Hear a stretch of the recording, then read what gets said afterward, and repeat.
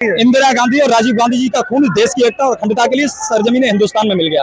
उनका बलिदान इस देश के लिए हमेशा याद किए जाने वाला बलिदान। नमस्कार दर्शकों, बहुत बहुत स्वागत है आपका विजुअल इंडिया पे। आपके साथ मैं हूँ सवेरा छाबड़ा। बिहार चुनाव का सर्वे लगातार हम आपको दिखाने की कोशिश कर रहे हैं, क्योंकि दिल्ली चुनाव के बाद सीधा सबकी नजर बिहार चुनाव पे रहने वाली है। सीधा बिहार में किसकी सरकार?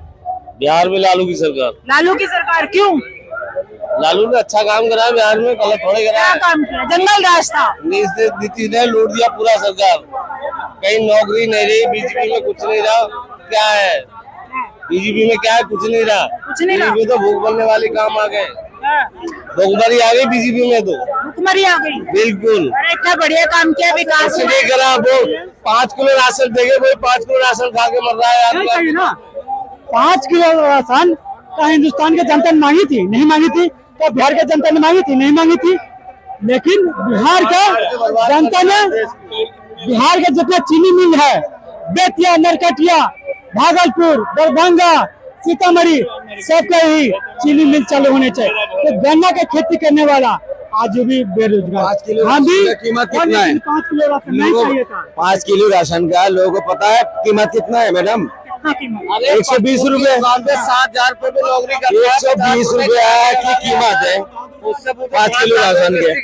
अरे राशन फ्री मत दो ना, अब राशन शिक्षा भी नहीं दो ना, गाड़ी बढ़ाओ ना। से शिक्षा, रोजगार, उस पर कोई बात नहीं करना। मैडम बात सुनिए, कोई भी कौम, जिस कौम ने ये आपके पढ़ाई में फोकस करा, एजुकेशन में फोकस करो, वो कौन तरक्की करा। अभी इंग्लैंड में बहुत पुरानी बात है, इंग्लैंड के अंदर जब हर चीज में रोक लगाया गया, टैक्स लगाया गया, तो सबने माना। फिर एक जने बोले भाई अपने पढ़ाई में क्यों नहीं लगा रहा हो?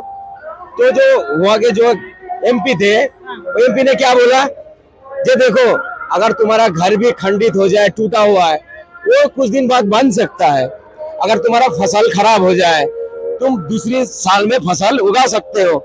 अगर एक नया युवा अगर बर्बाद हो जाएगा, वो कभी उठ नहीं सकता है। और युवाओं को बर्बाद करने में लगी हुई है सरकार। आपको मैं इसका जीता जागता उदाहरण दूंगा।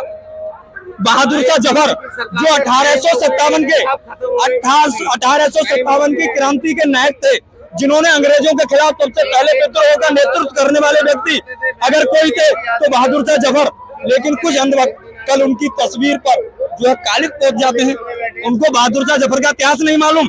उनको पता होना चाहिए कि अंग्रेज जो कैप्टन था हडसन, उसने बहादुर शाह जफर से कहा था कि हम तुम्हारे दोनों बेटों पर लाल किले में मुकदमा चलाएंगे और वहां भेजिए। तो उन दोनों बेटों को इसी लाल किले पर बुलाया जाता है और उनके सामने उनके कपड़े उतरवा करके गोली मार दी जाती है। जिस व्यक्ति ने अपने आप को और अपने परिवार को देश की आजादी की लड़ाई के लिए अंग्रेजों के सामने बलिदान कर दिया, उनकी पेंटिंग पर काले पोतने का काम करते हैं। ऐसे लोगों पर देशद्रोह की कार्रवाई क्यों नहीं होती है?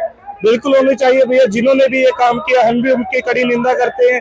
जो देश का बेटा है, जो देश के लिए मरा है, जो देश के लिए कुर्बान हुआ है, उसका हमेशा सम्मान होना चाहिए। हम भी इसमें बिल्कुल आपकी बात से सहमत है। लेकिन देश जा किधर रहा है?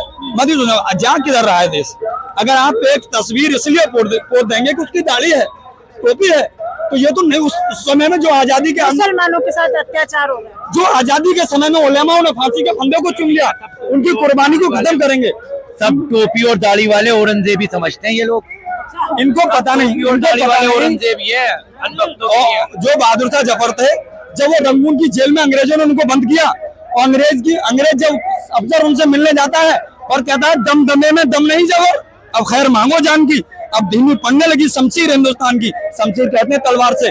तो 78 साल के शेर बहादुर शाह जफर ने उस अंग्रेज अफसर के सामने एक लोहे की कील को लिया और रंगून की जेल की दीवार पर लिखा कि गाजियों में जब तक बू रहेगी ईमान की, गाजियों में जब तक बू रहेगी ईमान की, तख्ते लंदन तक चलेगी तेग हिंदुस्तान की। ये क्या जाने इस जाति के इतिहास के बारे में, जिन्होंने देश के लिए सिर्फ कुर्बानियां ही दी हैं।